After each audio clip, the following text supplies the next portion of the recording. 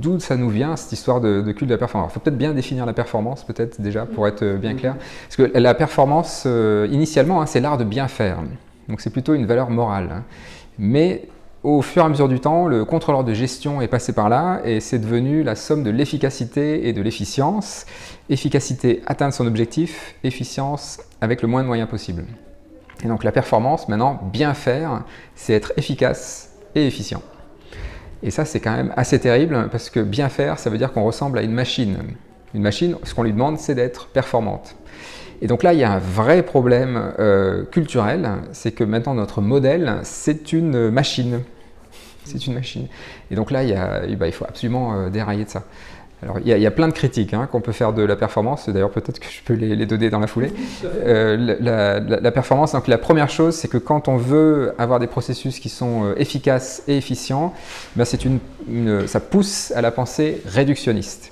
On va chercher la solution clé en main, immédiate, qui va résoudre le petit problème. Et on va résoudre ce petit problème, mais on va générer des tas d'autres problèmes ailleurs.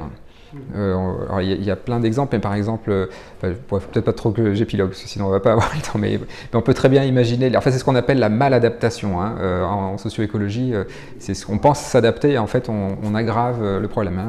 Peut-être la géo-ingénierie, je pourrais prendre l'exemple de la géo-ingénierie, si on arrive à avoir des systèmes pour réguler le climat, je ne sais pas, fertiliser l'océan, comme on dit là, pour stocker du carbone dans l'océan, et bien évidemment qu'on va acidifier l'océan et donc on va détruire les écosystèmes. On va régler le climat, mais on va détruire les écosystèmes. Ça, c'est de la maladaptation, pensée réductionniste. Est-ce que vous appelez les effets rebonds ? Alors, ça peut être. Alors, les effets rebonds, c'est un peu une sous-partie de ça.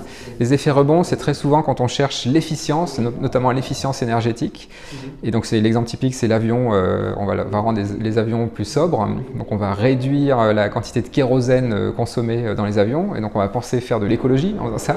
Mais en faisant ça, on rend les avions, disons, moins chers. Enfin, le tarif est moins cher. Donc, on va les multiplier, ça va créer des nouvelles opportunités, du surtourisme, et donc ça va être toxique d'une autre façon. Une autre critique de la performance, c'est la loi de Goodhart. Quand une mesure devient une cible, elle cesse d'être fiable. Est-ce que vous pouvez nous en dire un peu plus là-dessus ? Alors voilà, ça veut dire, si je le dis différemment, c'est que tout indicateur de performance est toxique.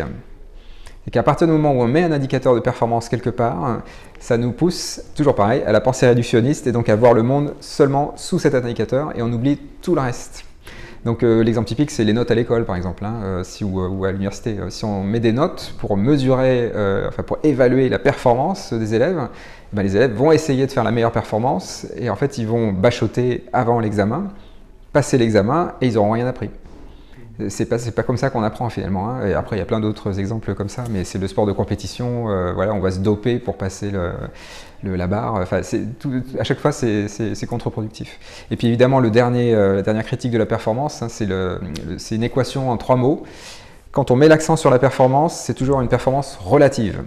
Donc on est toujours plus ou moins performant que son voisin, et donc c'est un appel à la compétition. Dans une compétition, ceux qui gagnent, ce sont toujours les plus violents. Et ça, c'est toujours vrai. Donc en fait, la performance appelle la compétition appelle la violence. Donc par exemple, le sportif de compétition, va être violent avec son corps quand il fait le sprint. Il va vraiment se pousser au seuil critique. Le pompier qui est au feu, il va être violent avec son corps quand il est au feu. Donc ça ne dure pas. C'est pour ça que ce n'est pas gênant finalement, ce lien entre performance et violence. Le problème, c'est quand c'est tout le temps. Et donc quand on est dans une culture de la performance, qu'on ne questionne plus la performance, on est dans une culture de la violence contre les femmes, contre les plus défavorisés et contre les écosystèmes. Et c'est le burn-out planétaire dans lequel on est. Donc il y a une épidémie de burn-out des humains qui est que la partie émergée d'un burn-out planétaire. Tous les écosystèmes sont épuisés, sont essorés par notre performance. On les a épuisés. Et c'est une monoculture dans tous les sens du terme.